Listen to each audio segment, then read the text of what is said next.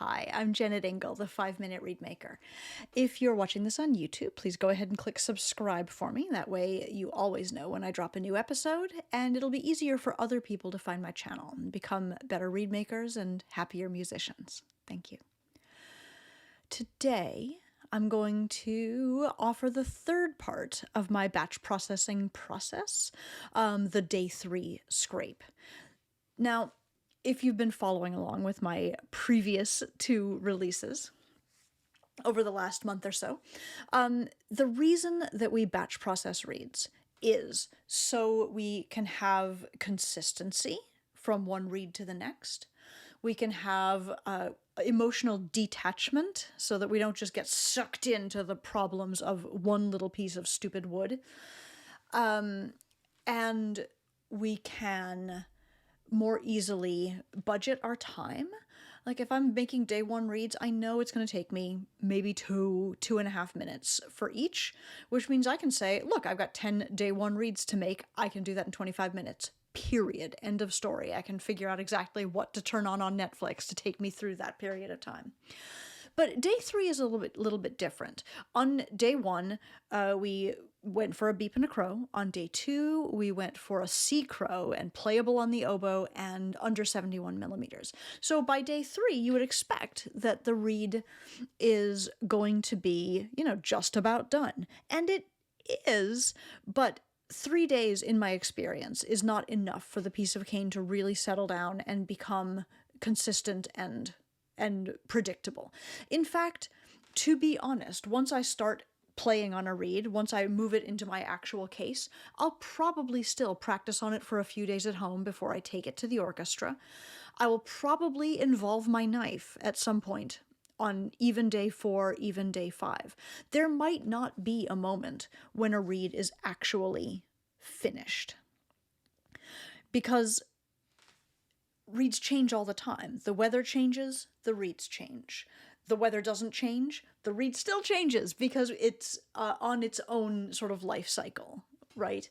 And frankly, even if the weather doesn't change and the reed remains stable from one day to the next, I might change. There might be something different that I need from a reed. There might be something that I might be tired and need an easier reed. I might be playing Mahler and need a gigantic reed. All of this is available to me because of the knife skills that I have and the work that I do. What is my point? My point is on day 3. This is the moment when I will call a reed finished. This is the moment when I will sort it into a pile and send it out for sale to somebody else.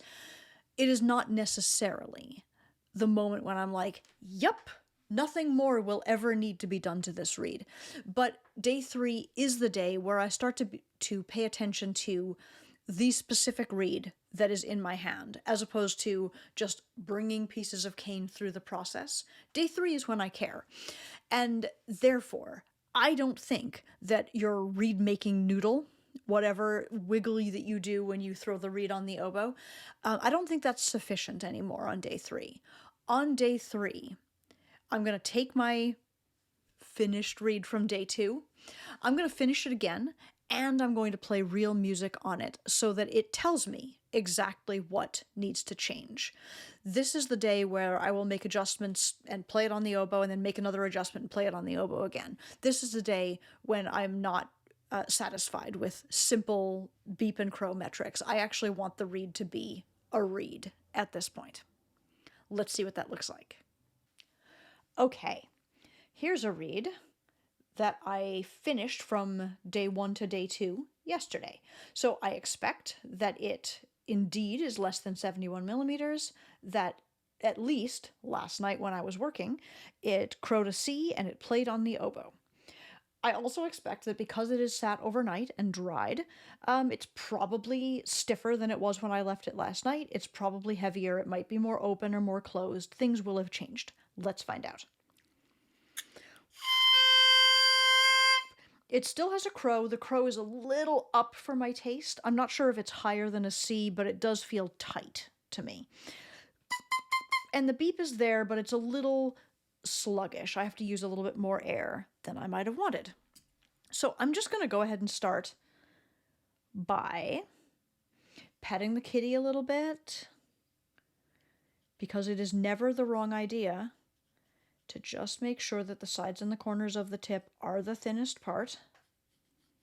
They were when I put this reed down, but it never hurts to take a little bit more.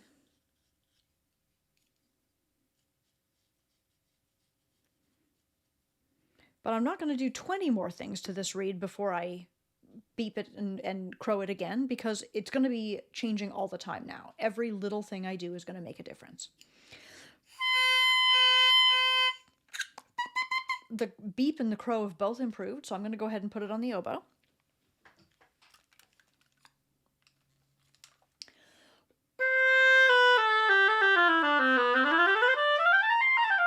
All right, it feels kind of okay. My reed making noodle is giving me no red flags, so this is the moment when I apply this to real music. Let's see what's on my stand.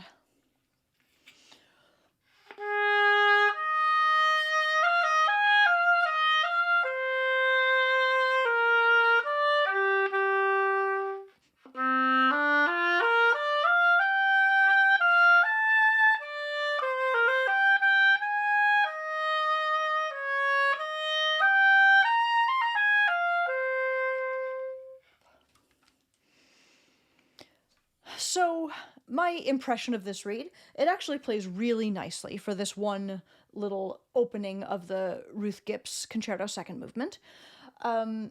It doesn't feel like it has a lot of expansiveness. It's a little bit limited in the amount of sound I can make. I don't hate that for this moment of this music, but I would hate that in the orchestra, so I'm going to open it up a little bit in the heart, just by ever so gently polishing across.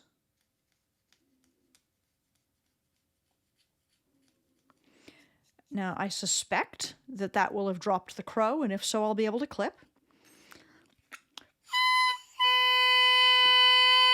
But that's not really the case, so I'll play it again.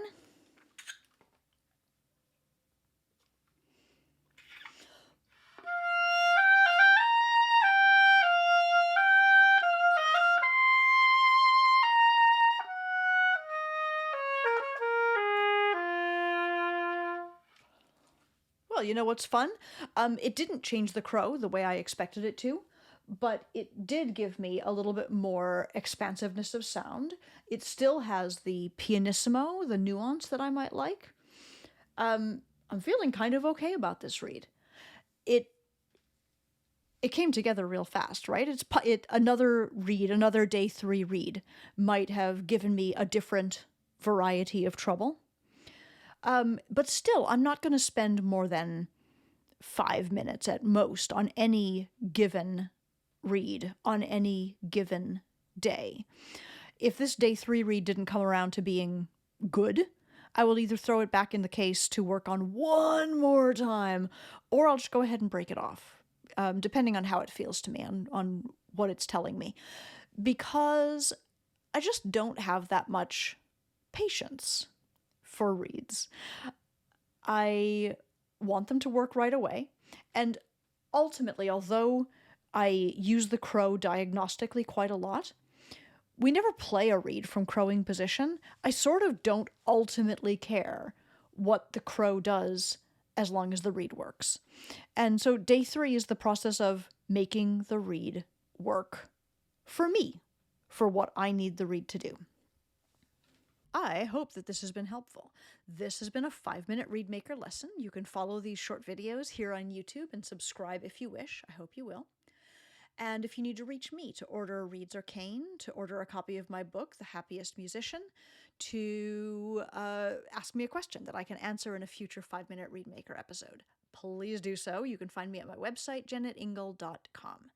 Thank you so much for watching. Have a great day.